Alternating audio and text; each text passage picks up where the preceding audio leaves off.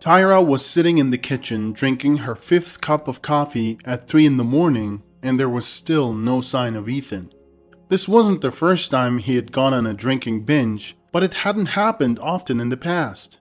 Recently, however, it had been happening all the time. Tyra smiled to herself. Women are strange, she thought. They worry that their husbands are cheating if they come home late. But she wasn't worried. She knew for sure that her husband could only cheat on her with alcohol. Tyra let out a sigh. She didn't like that her husband was drinking too much, but she felt helpless to change it. Ethan believed that his drinking was all her fault. She tried to hold back and not be controlling at home, but she didn't always succeed. Ethan claimed that she was a tyrant and didn't listen to others. He said that she was only used to giving orders. Their professions were vastly different, and it wasn't as much of an issue when their children were still living at home. But after they left for college, everything changed. Tyra had asked Ethan not to bring up her profession all the time, and she had cried many times over the issue. Tyra's husband, who was once a smart and promising lawyer, had become an excessive drinker. He used to only drink at home or at a bar, but now he didn't care where or when he drank. Tyra knew that it would only get worse. Her husband had completely lost faith in himself, and nothing seemed to be able to pull him out of this state. When Ethan got drunk, he would become like a storm, raging and trying to prove to Tyra that he was the boss in their home. But he was not successful because due to her profession, Tyra knew not only the basics of self-defense, but a little more than that. It was difficult for Tyra to see the man she loved trying to hurt her. It was unpleasant, and she felt that if it continued, she would have no choice but to end the relationship.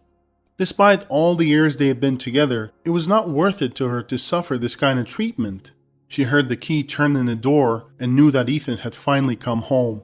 Tyra sat quietly and hoped that her husband would go straight to the living room and collapse on the sofa, as he often did when he was drunk. But her hopes were not fulfilled. Ethan went to the kitchen, and a moment later, the light came on. He had a drunken grin on his face. "Oh, look who's here! The boss in all her glory," Ethan slurred. "Ethan, aren't you tired of this?" Tyra asked. "Well, honey, how can you even get tired of this? I mean, I'm just having fun, alright? You, on the other hand, have a very serious job. You're the boss, and I'm just a simple man," he replied. Tyra winced. She had never boasted about her work in her life and had always tried to support her husband. She was having a hard time comprehending how Ethan had come to the conclusion that she was superior to him. He seemed to believe that she was both physically and intellectually superior. This was a new and confusing development, as Ethan had never shown any signs of jealousy or insecurity in the past, even when it came to Tyra's highly successful career. She couldn't help but wonder what had changed and what had led him to feel this way. Tyra was determined to get to the bottom of the situation and find a way to help Ethan see that they were equals and that their differences didn't diminish their love and respect for each other. Tyra was becoming increasingly convinced that someone or something must have played a role in shaping Ethan's newfound belief. Ethan had never been the type to compare himself to others in a negative way. "Ethan, I think that's enough already. You can't be doing this every single day. Don't you hate it yourself?" Tyra asked. Ethan hiccuped, tried to pour water from the faucet into a glass, but spilled it all over. He then threw the glass on the floor and almost tripped. "Shut up! The man is home!" He slammed his fist on the table and fell to the floor. He was out. Tyra almost cried, and she leaned over to her husband. "Listen to me carefully. If you don't want to do this the right way, it'll be some other way." She grabbed the phone and dialed. "Hello, Lance. Send a car to my house now, and a couple of people who know how to keep their mouths shut," Tyra said on the phone. "Mrs. Schwartz, you got a body there and want us to take it out or something?" Lance laughed. "Almost, Lance. Almost," Tyra replied. Ethan was passed out as soon as he got into the car. When he woke up, he found himself in the hallway and saw Tyra. He asked her, "What's going on?" She replied nonchalantly, "Nothing much." Tyra then told him that she had arranged for him to spend the night in a cell with a group of women who were serving long-term sentences. She added, "By the way, 3 of them murdered their husbands because of their alcohol addiction." "Tyra, are you insane?" Ethan exclaimed, but Tyra just clenched her jaw. "Too late, dear. You never listened to me," Tyra said and turned away. She was so tired. The door clanged shut and she heard the women in the cell gasp. She thought she didn't care anymore, or at least she tried not to. Tyra had been the head of the women's correctional facility for 5 years now. She was known for her exceptional leadership skills and unwavering determination. Despite her soft demeanor, she was a force to be reckoned with and had a strong character that could not be swayed easily. She had a clear vision and set high standards for herself and her staff. Her commitment to work and ability to make tough decisions made her an effective head of the women's correctional facility. Tyra had established a reputation as a no-nonsense leader who would stop at nothing to ensure the safety and well-being of her charges. Her determination and focus had earned her the respect of both her staff and the inmates, making her a respected and successful leader in her field. Meanwhile, Ethan sobered up a little. Now there was only one thought running through his head. His wife's patience is not limited. "Oh, what a good-looking man they've thrown in here with us," a woman said. "Something must be up with our Tyra." They approached him. They were all serving different sentences. "So, who the heck are you? What did you do to annoy our princess so much that she assigned you to us?" one of them asked. Ethan realized that they weren't going to attack him right away, so he smiled slightly. "I'm the husband of your princess." "What? Nah, that can't be true," the women said in disbelief. Ethan reached into his pocket for his driver's license and showed it to them. They looked, shook their heads, and then returned the license back to him. "What the heck are you doing here then?" Ethan smiled. "I guess my wife is trying to fix me. She wants me to do things her way." One of the inmates looked at him thoughtfully. "My husband also wanted me to shut up about his drinking problem. And where is he now?" she said, shrugging and sitting down at the table. Ethan looked at her in confusion. He thought that since they didn't attack him, they would all sit together and talk about how bad of a wife Tyra was. But the conversation took a different turn. Another woman pulled on his sleeve. "Let's get you a cup of coffee. You look like you had a rough night. Looks like we won't be bothered until morning, so you can relax. My name is Valencia and this is Victoria," she said, nodding at the women sitting at the table. "Those are Brianna and Kate," she said, pointing at 2 more women.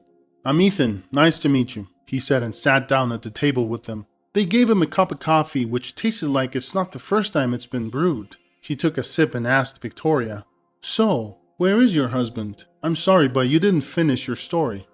Victoria turned to him. "He's done, and I'm here. My children are in the orphanage."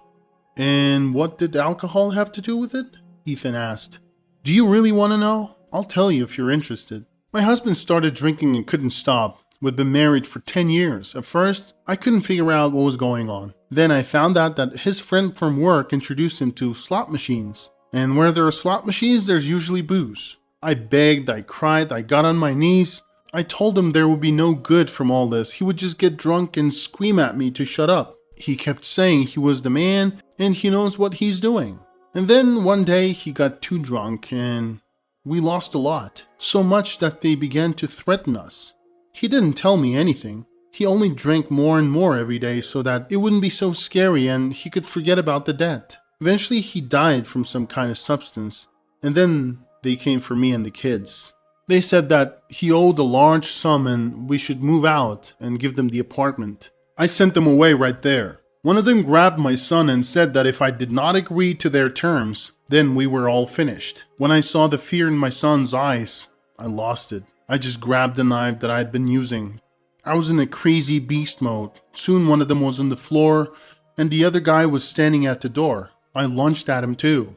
Long story short, I will only see my children again when they are grown up and only if they want to see me at all. Ethan sat there silently. He was actually sitting next to a woman who had killed 2 people. It's one thing to read such a story somewhere and not believe it because most of it has been fabricated, and another thing to hear it firsthand like that. For a while the women were silent. Then another one spoke up. Her name was Martha. She was serving time in prison and had a difficult story to tell as well. Ethan found himself at a loss for words and didn't know how to respond to Martha's story. He considered saying something cliched but ultimately decided against it. He realized that he no longer felt like drinking and heard the sound of someone crying coming from the youngest of the women in the cell. She started sharing her story, saying that she was not at fault for her circumstances. Ethan knew it wouldn't be appropriate to ask what she was in jail for, but she briefly mentioned that her mother had passed away, her father had brought in a new partner, and they had accumulated a lot of debt due to heavy drinking. As a result, she had been given away to pay off her debts, and in a moment of desperation, she had attacked the person she was given away to with a statuette. The injustice of the situation was that she was not to blame for what had happened, but she had been given such a long sentence that even those serving life sentences were shocked. Ethan spoke up, expressing his anger and saying it could have been self-defense in the heat of passion. Valencia looked at him and said, "You sound just like a lawyer." She also pointed out that Brianna would not have the means to hire a lawyer, and the man she had attacked had much more resources. Ethan felt frustrated and a thought was swirling in his head, but he didn't know what it was. "Brianna, can I have a word with you?" She approached and Ethan introduced himself. "Brianna, my name is Ethan. I was once a lawyer, not for long though, because I was foolish enough to quit. Can you tell me everything that happened to you? And most importantly, provide the names of those who know at least something about it. I won't promise anything, but I'll try. I will try to help you." Brianna looked at Ethan in surprise, then at Valencia, who appeared to be in charge of the situation. Valencia then looked at Ethan with skepticism and said, "Are you going to keep your word? I don't want you to give her false hope. She's had enough already." Ethan replied, "I said that I would do everything I can." Meanwhile, Tyra felt out of place and realized she had made a big mistake. She feared that Ethan would be upset with her and would never stop drinking now. She briefly considered ordering him to be brought to her, but ultimately decided against it. She instead called Johnson and a couple of guards and headed towards the cell. Tyra was apprehensive about what she might see in the cell, fearing that the women inside might attack her. As she entered the cell, surprisingly she found it to be quiet. She ordered the door to be opened, and as it opened, everyone froze. Ethan was sitting at a table surrounded by the prisoners, and they were all engaged in a peaceful conversation, even smiling. Ethan turned to see Tyra and greeted her by saying, "Oh, Tyra, hi." She was left speechless, surprised by the scene in front of her. "What's going on here?" Tyra asked, and before she had a chance to receive an answer, Ethan got up and left the cell, waving farewell to everyone and receiving a bunch of good wishes. The guards and Tyra were amazed, as this cell was known for being the most unruly. "Ethan, are you okay?" Tyra asked. "I'm fine. We don't have much time. Let's go home. I need to shave and wash. I have to find one guy." And he quickly led her down the corridor. Tyra was feeling confused and overwhelmed by the sudden changes in her husband. He had been struggling with alcohol addiction for as long as she could remember. However, to her surprise, he had been sober for a week now, and she was struggling to adjust to this new version of him. Tyra was finding it difficult to recognize the person standing in front of her. The change was so sudden and drastic that she was having a hard time processing it. Tyra's emotions were a mix of confusion, disbelief, and hope. She could not understand how this sudden transformation had occurred, but at the same time, she was hopeful for their future together and the possibility of a better life for both of them. She was curious about what had occurred in the cell. She asked him, "Ethan, you have been disappearing somewhere. Do you want to tell me something?" He turned to her and said, "That young lady in your cell, Brianna, I think she was unfairly imprisoned. Her life was ruined.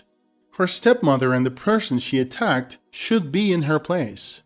I'm sorry, I should have told you earlier. I'm just consumed studying her case. Perhaps I can find a way out for her," Ethan said. "Wow, I can't believe my Ethan is back." Tyra stood there for a moment. Then she rushed towards him and hugged him tightly. "I'm sorry, honey. I had been a total idiot. And thank you for putting my life back on track," he said. Ethan worked tirelessly for 6 months. He was determined to see justice served and was willing to go to great lengths to ensure that the truth was brought to light. The long-awaited retrial was the culmination of all of his hard work and effort. Ethan had meticulously gathered a number of witnesses who could provide valuable testimony in the case. He had also managed to track down the doctor who had been bribed to provide false testimony in the original trial, and was determined to make sure that this key piece of evidence was presented in the retrial. Despite the many challenges that he faced, Ethan remained focused and committed to his goal, and was confident that the retrial would result in a just outcome. Brianna was released, and her stepmother and the man who had been involved in her trafficking were taken into custody. Ethan acted as their lawyer and argued strongly for their prosecution under human trafficking laws. Brianna was so overcome with emotion that she couldn't even stand up right away. Ethan rushed to her and helped her to her feet. He then seated her in a chair in the hallway. An older woman approached them, also crying. It turned out to be Brianna's grandmother, who lived in a small town in another state and had not known that her granddaughter was in prison. Brianna threw herself into her grandmother's arms, crying even harder. Ethan and Tyra finally left the court. Tyra looked at her husband and said, "I have never been so proud of anyone as I am now of you." Ethan smiled but did not have time to say anything as a boy ran up to them and handed Ethan an envelope. "Delivered," the boy said and ran off. Ethan carefully opened the envelope and a note fell out of it. It read, "The fireplace. A table for two is booked. In the prison, they respect those who keep their word." Ethan laughed. "Well, Tyra, I guess we're having a free dinner. A gift from your girls."